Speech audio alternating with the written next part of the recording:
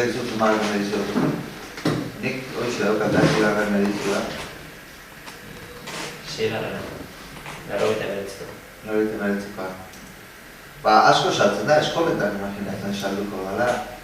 Eta pentsatzen dut, ez dakit, txilikuk irakurlak eskolan edo horren bidez edo salduko duela ez dakit. Liburu hau, venga, mira. Liburu honetan kontatzen den historia da, neska batena 5 urte dituena, berak esaten du 5 urte dituela, lehen orrialdean, ez daki irakurtzen, ez bada bere izena eta bere gelakoena, horregatik operitu dute animalien irudien liburu bat. Eta liburu horretan dauden animaliak ikusiz oso ongi pasatzen du. Eta gurasoei kontatu arazi egiten die liburua.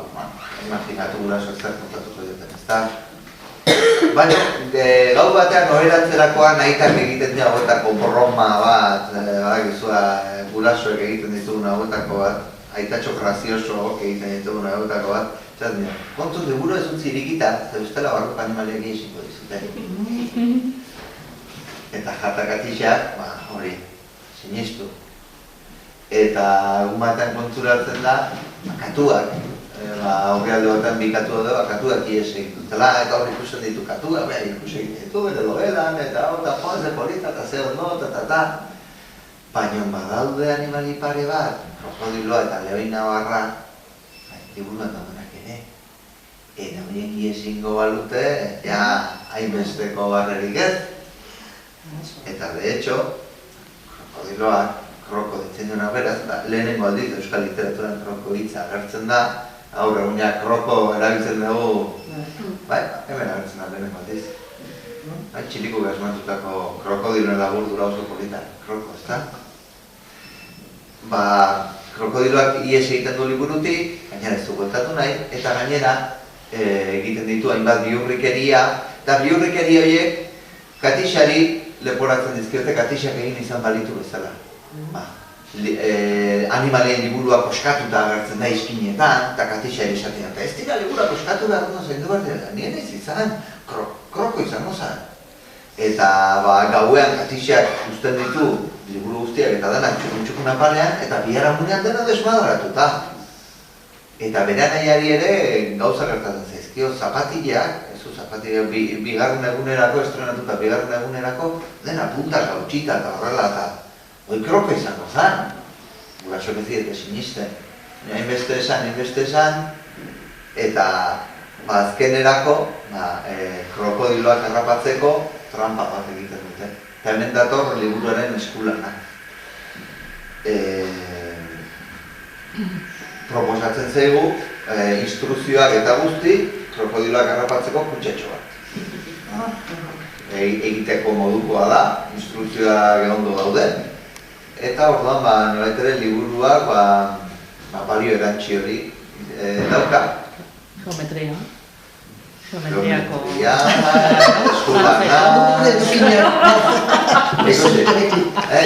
Proposatu eta maizu maestra ya nola esan kalkulak egiten, no? Geometria, arratxalde bat duzien eskazako den. Bien, ondo. Trampak egiten, haizu, beria txarra.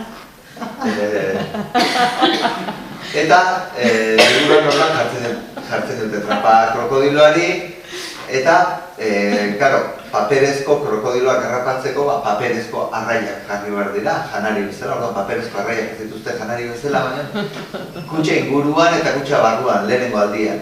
Zoran kutxa ingurukoa jaten ditu kroko, baina barrukoak ez.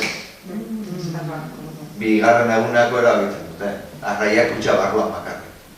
Eta efectivamente, han agertzen da kroko, liburura bueltatzen dute, eta espada berriz ere ISS egiteko, liburuan pintatzen dizkiote honelako presondegietako burniak, eta hortik aurrera hor preso gelditzen da.